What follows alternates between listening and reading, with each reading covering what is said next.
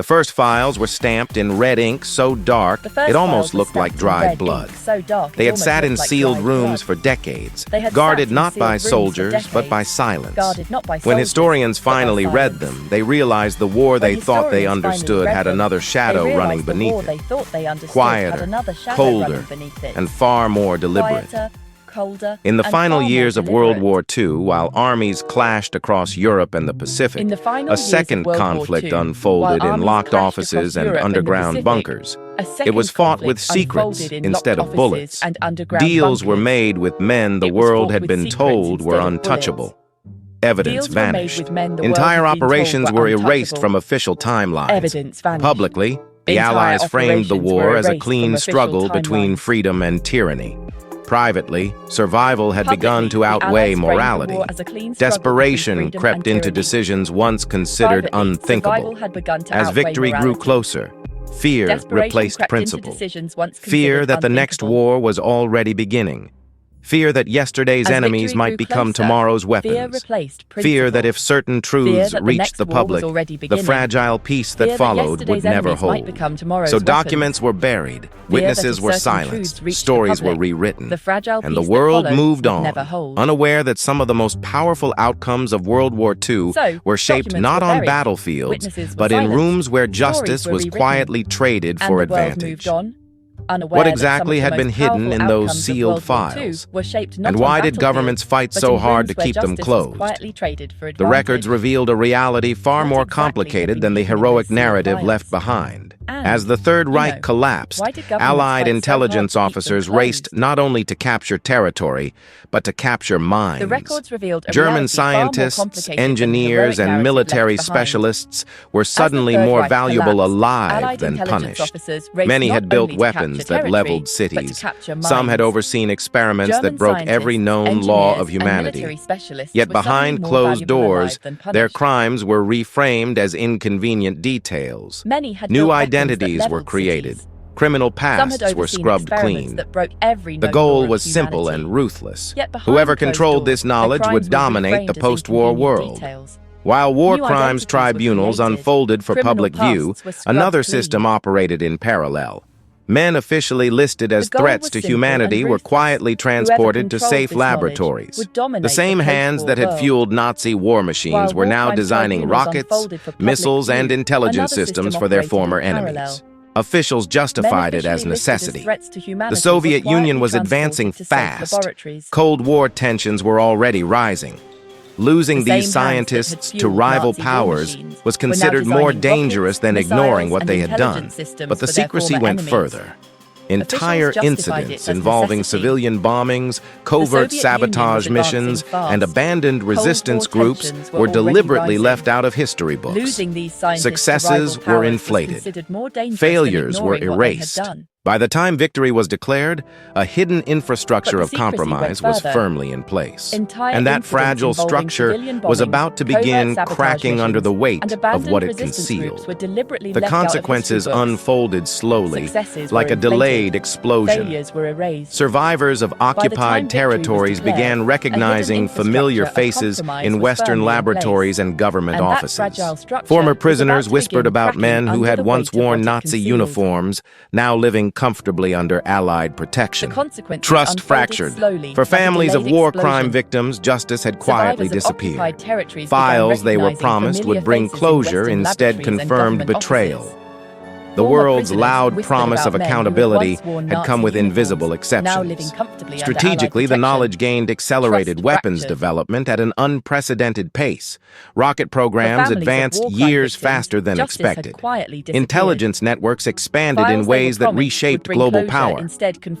But morally, something irreversible had shifted.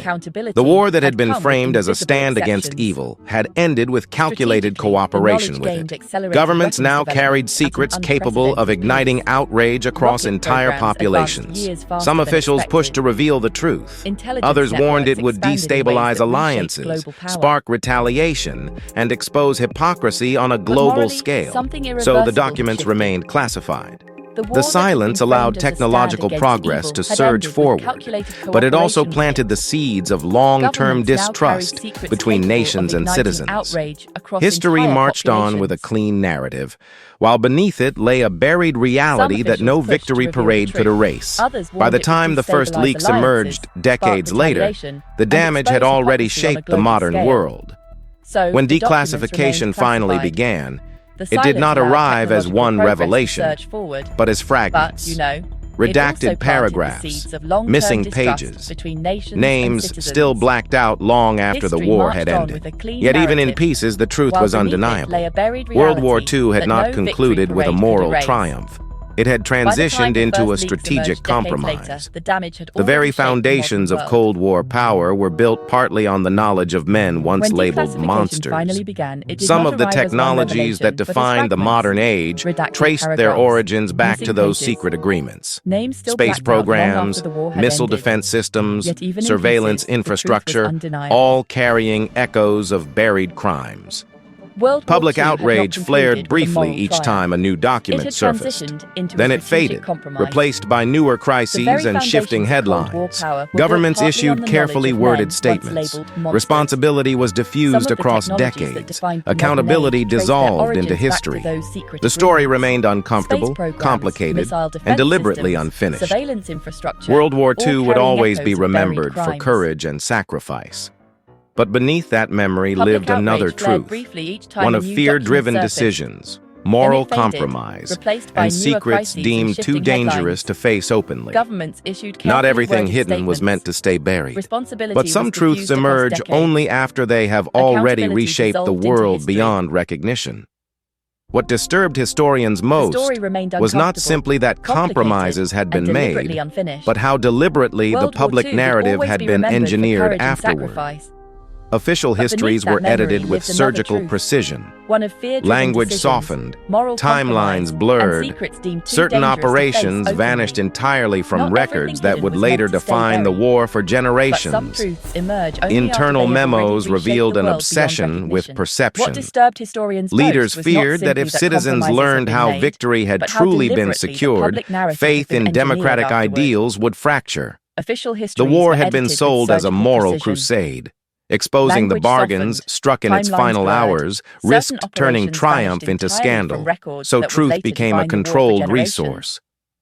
Journalists who came too close to classified programs were quietly redirected. Scholars who requested sensitive archives were denied under vague claims of national security. Even within governments, departments were compartmentalized, so few could see the full picture. This culture of secrecy did not end with World War II. It became institutional. The same systems that hid wartime compromises evolved into the intelligence frameworks of the Cold War. Covert operations, proxy conflicts, psychological warfare, and classified research projects were now justified by the precedent set in 1945, that unseen actions were necessary to preserve stability. Yet stability came at a cost. Public trust eroded slowly as scandals emerged across the decades, each one revealing smaller fragments of the same underlying truth. Governments had grown comfortable operating beyond accountability. The hidden deals of World War II had not been an exception. They had become a model. Behind every major post-war confrontation, from espionage crises to shadow wars fought far from headlines, lay the same reasoning born in those final months of global conflict, that secrecy was safer than honesty and control more valuable than justice. The war had officially ended, but the methods it normalized continued shaping policy in silence, and the people who paid the price were rarely the ones making the decisions. As archives slowly opened in the 21st century, the emotional weight of what had been concealed began settling into public consciousness. Survivors of wartime atrocities learned that some of the architects of their suffering had lived protected lives, their expertise rewarded instead of punished. For many, it felt like a second betrayal. Nations that had promised never again now confronted proof that principles had bent the moment power was at stake. The revelation did not erase the bravery of soldiers or the sacrifices of civilians, but it complicated the story story in ways that could no longer be ignored. World War II was not only a battle between good and evil, it was also a turning point where morality became negotiable under the pressure of global survival. The fear of future wars had reshaped how victory itself was defined. Winning was no longer about justice alone, it was about advantage, speed, and control over knowledge. This shift still echoes through modern geopolitics. The secrecy culture born from those hidden decisions continues influencing how governments handle intelligence, warfare, and public transparency. The justifications remain eerily familiar. National security, strategic necessity, the greater good. But beneath those phrases lies the same unresolved question that first haunted the end of World War II. How much truth can be buried before the cost becomes greater than the danger it was meant to prevent? The classified files remind the world that history is not only written by victors, it is edited by them. What survives in textbooks is often what power allows to be remembered. And what disappears is frequently the part that reveals how fragile moral certainty becomes when fear takes control. The war that reshaped the 20th century did more than redraw borders. It quietly taught the modern world that some victories are built on secrets, and that once truth is sacrificed for security, it rarely returns untouched. The war that reshaped the 20th century did more than redraw borders.